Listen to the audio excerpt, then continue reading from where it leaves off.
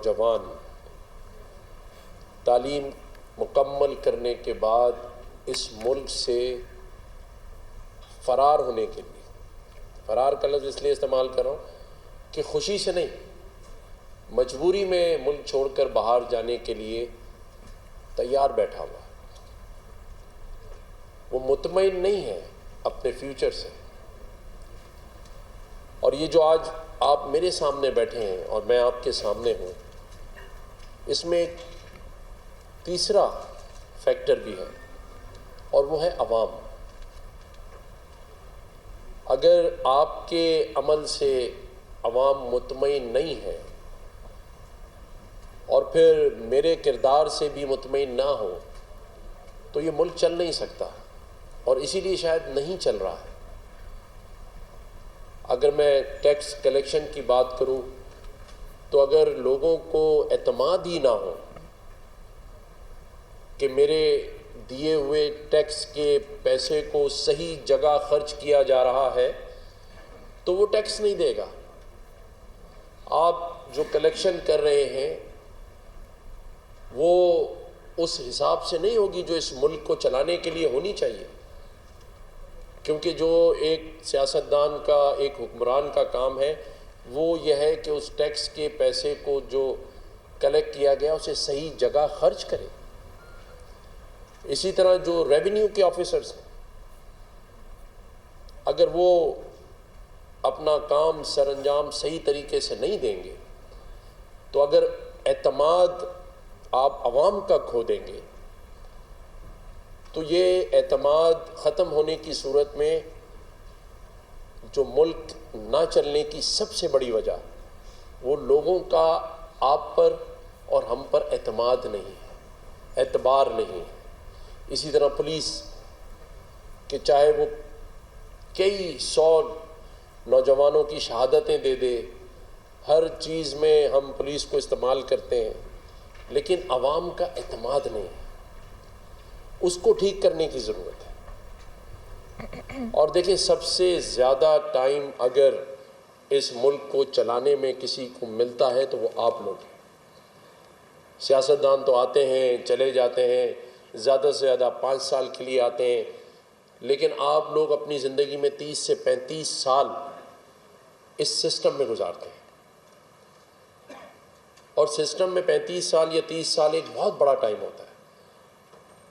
اور میں سمجھتا ہوں کہ اگر آپ لوگ صحیح ڈائریکشن میں کام کرنا چاہیں تو کوئی روک بھی نہیں سکتا۔ اور ہمیں یہ کیوں کرنے کی ضرورت ہے کہ ہم سبھی کے علم میں ہے کہ اس پورے ریجن میں اگر کوئی سب سے پیچھے رہ گیا ہے تو وہ پاکستان ہے۔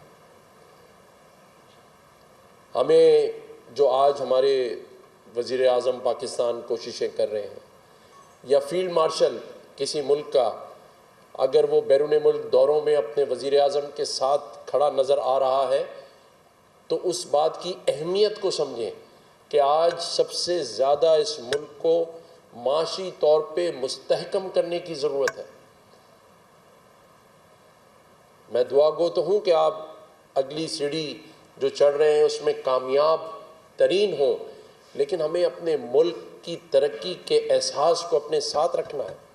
نیشنلزم جو معذرت کے ساتھ ہمارے ملک میں بہت کم ہوتا جا رہا ہے، سوشل میڈیا ہو یا ہماری پبلک گیدرنگ ہو، اس میں ہم بغیر سوچے سمجھے جہازوں میں سفر کر رہے ہوں، یہ سوچے سمجھے کہ پیچھے کوئی غیر ملکی بیٹھا ہے، ہم بڑے آرام سے پاکستان کی برائیاں کر رہے ہوتے ہیں۔ جس ملک نے ہمیں یہاں تک پہنچایا، جس ملک کی وجہ سے ہم آج ہیں، ہم اس کی قدر بھول گئے ہیں۔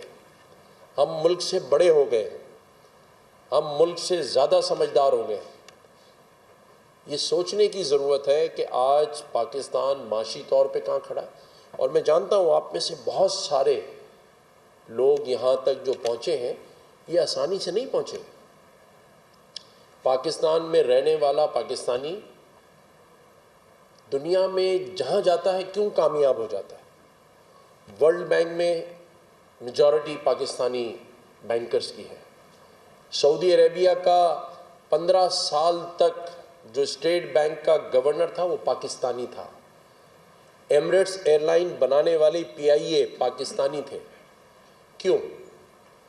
اس لیے کہ آپ جب اپنا تعلیمی سفر شروع کرتے ہیں تو وہ آسان کام نہیں ہے.